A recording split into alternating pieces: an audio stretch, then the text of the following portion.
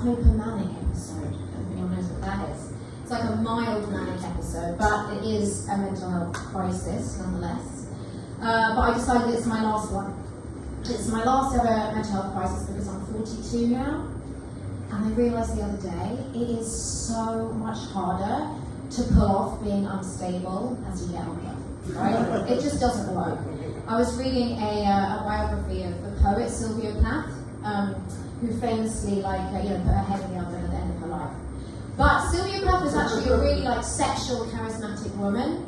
And when she was 23, she was at a party at Cambridge University. And she met Ted Hughes, who's also a poet, who she would go on to marry. And he had a girlfriend, actually. But they really fancied each other. And they went off into this little room. And they started kissing.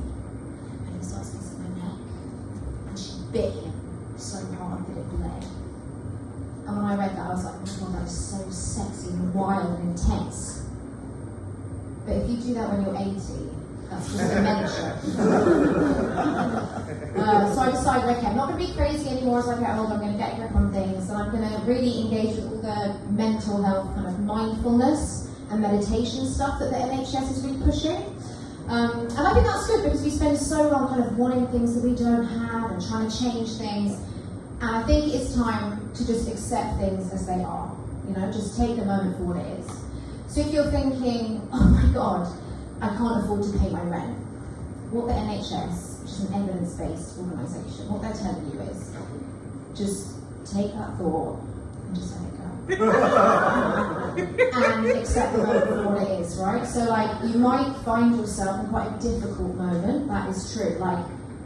My kid is struggling to breathe, and I really want the ambulance to just come right now.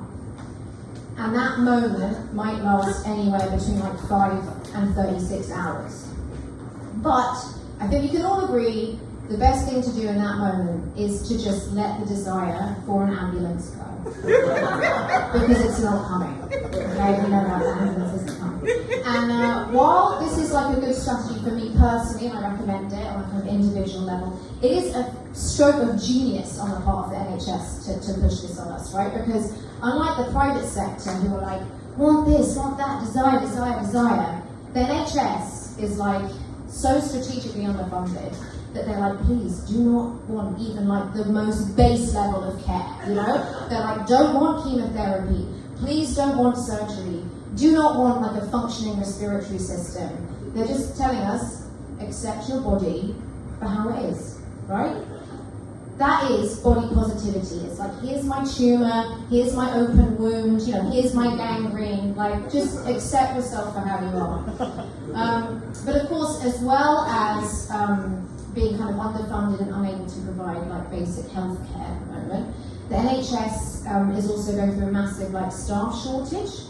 And I was on holiday recently in Hastings, and I saw in a recruitment agency window a sign saying, NHS staff shortage, are you a nurse? I was like, shit, I'm not a nurse, I can't really help out. And then underneath it said, or do you know a nurse? And that is an incredibly low bar to enter a profession. At one point you have to train for years and years. Now, it's true, my friends talk to me about their work in the pub, but I don't think I could do their job. Do you know what I mean? And the thing is, just the next time you're at the hospital, you can think, is this a doctor, or are they just friends with one? Right, thanks very much.